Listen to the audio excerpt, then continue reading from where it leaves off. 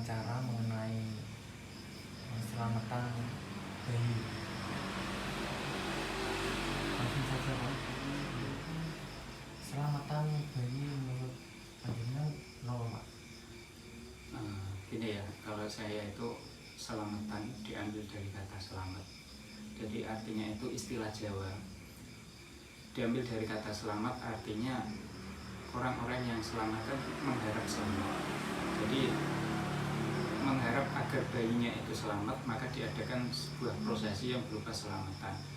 Intinya di situ di dalam selamatan itu kan pemberian sedekah dengan maksud mengadakan acara seperti sedekahan dan acara ritual keagamaan, misalnya doa bersama atau pembacaan sholawat atau maulid dan lain sebagainya. Tujuannya hanya ingin mengharapkan ridho Allah, mengharapkan pertolongan supaya si jaban bayi itu diberikan keselamatan dengan perantara doa-doa tersebut. Kalau selamatan itu kan ada banyak. Saya ini terfokus pada selamatan bayi. Iya. Selamatan bayi itu kan sebelum bayi lahir juga ada selamatan, Iya. setelah bayi lahir juga ada selamatan. Iya. Di sini sebelum bayi lahir itu selamatan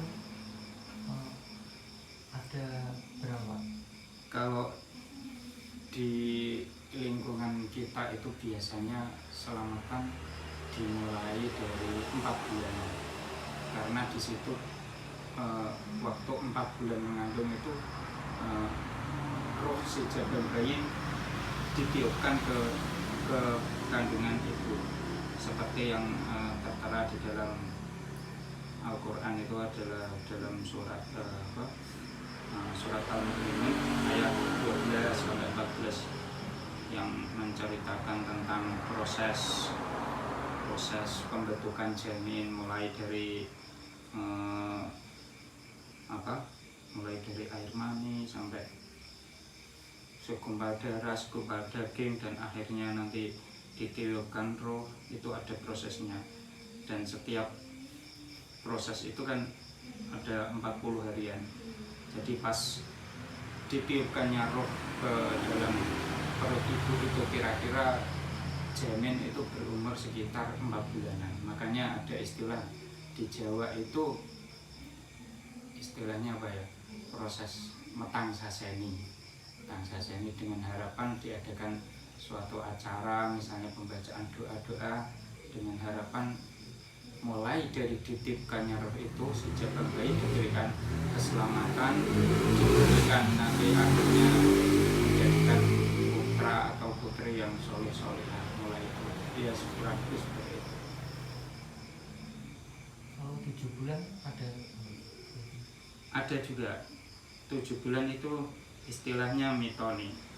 Nah seperti ini ya, di dalam kitab Jamin Ulum maaf ya, saya baca langsung terjemahnya saja, bahwa kandungan di dalam perut ibu itu berubah-ubah selama 120 hari. 120 hari itu kan sekitar berapa ya? Kalau dibagi 30 kan 4 bulan ya. Nah, mulai itu ada 4 bulan. Di dalam 120 hari itu ada 3 tingkatan. Setiap 40 harinya ada 1 tingkatan. 40 hari pertama berupa sperma, 40 hari kedua berupa segumpal darah, dan 40 hari ketiga berupa segumpal daging. Kemudian setelah 120 hari malaikat meniupkan itu kembali ke 4 bulanan tadi. Nah untuk yang 7 bulan itu janin sudah sempurna, tapi istilah orang Jawa itu masih muda, tapi sudah sempurna. Jadi dengan sempurna fisik, kembali lagi mengadakan acara, dengan acara doa-doa diharapkan agar mempunyai anak yang secara lahirnya juga sempurna, fisiknya sempurna, rohaniyahnya sempurna, dan akhirnya juga harapannya orang tua agar anak selamat jadi anak yang soleh-solehah. Awal pendidikan itu diawali dari janin memang, karena secara tidak langsung menurut saya apa yang dilakukan oleh orang tua mulai dari hamil itu merupakan itu pendidikan awal. Misalnya katakan waktu orang tua rajin baca Al-Quran itu nanti secara tidak langsung turun ke si jabang bayi itu, secara tidak langsung seperti itu. Kalau selamatan setelah bayi lahir itu yang pertama kalau menurut yang biasa kita lakukan di lingkungan masyarakat itu yang pertama pemberian nama. Pemberian nama itu ada istilah walimatut tasmiyah. Walimatut tasmiyah itu pemberian nama, terus biasanya terus orang-orang yang mampu sekaligus akikoh ataupun puputan itu. Dan memang kalau akikoh memang sudah dianjurkan oleh Rasulullah langsung di hari ke-7 kalau bagi orang yang mampu, dan itu kan sudah jelas dasar hukumnya jelas ya, seperti itu. Di dalam lingkungan kita kan biasanya terus di dalam akikah, di dalam walimatut tasmiyah itu terus diadakan acara, misalnya diadakan Maulidur Rasul mengharapkan barokah dan syafaat dari Rasulullah. Kalau dari itu semua, Mapati, Mitoni, sama walimatut tasmiyah dan lain tadi, tradisi tersebut itu mulainya dari kapan, Pak? Kalau itu sebetulnya memang sudah dari ajaran Rasulullah. Jadi seperti akikah itu kan memang perintah dari Rasulullah. Seperti dulu Sayyidina Hasan, Sayyidina Husain waktu dilahirkan itu kan terus Rasulullah menyembelih kambing. Itu memang sudah ajaran Rasulullah. Ya, cuman kalau kita di Jawa khususnya itu kan kita senang membuat acara, jadi kita bikin semacam seremonial, semacam acara. Jadi kita mengundang tetangga untuk mengadakan acara doa bersama, pembacaan Maulidur Rasul, pembacaan sholawat, dan doa-doa terlebih itu khusus yang untuk si jabang bayi itu. Jadi intinya itu kalau akikah memang sudah dari ajaran Rasulullah. Kalau pada umumnya dari acara selamatan itu acaranya apa saja, kegiatannya apa saja yang dibaca itu? Kalau sesuai dengan yang diajarkan oleh guru-guru kita, biasanya di dalam akikah itu kan kita mengadakan acara, terus doa-doa yang kita baca biasanya kan antara lain surat Al-Insyirah, surat Al-Qadr, dan ayat kursi. Setelah itu kita adakan pembacaan Maulidur Rasul, pembacaan sholawat, dan pembacaan dan doa-doa untuk si jabang bayi itu. Dan semua itu memang sudah tuntunan dari Rasulullah. Jadi tidak ada yang katakan misalnya ini udah ada dalilnya, udah, itu memang semuanya sudah ajaran itu.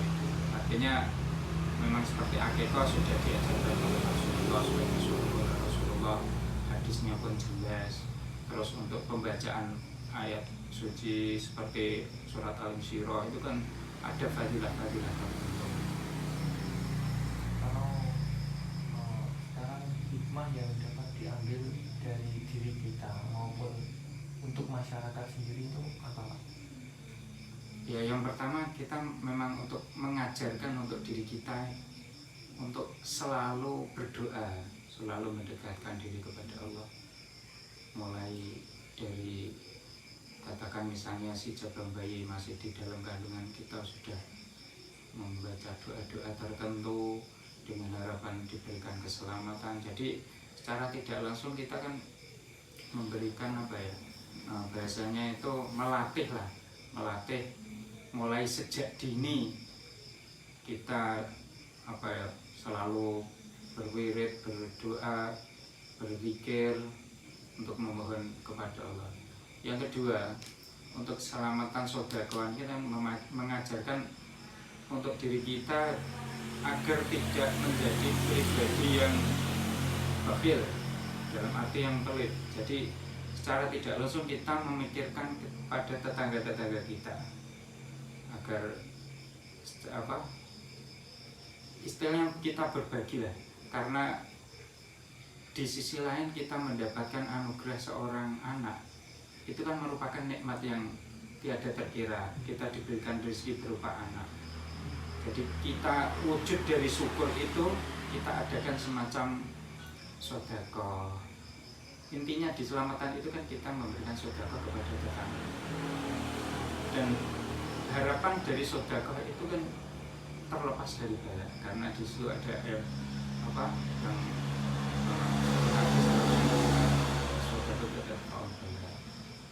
sedekah dapat mencegah bala, ataupun juga bentengilah hartamu dengan sedekah sehingga mendapatkan sedekah. Banyak hikmah-hikmah yang bisa kita ambil dari dengan adanya selamatan. Intinya dari selamatan tersebut berupa sedekah itu ya, kita berharap dengan sedekah itu kita bisa membentengi diri kita dari bala dan sebagainya.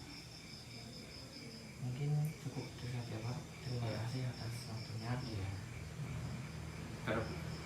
Di samping itu ya kami mohon maaf atas keterbatasan kami, memang atas semua kekurangan kami yang berbeda. Cukup sekian. Assalamualaikum warahmatullahi wabarakatuh. Waalaikumsalam warahmatullahi wabarakatuh.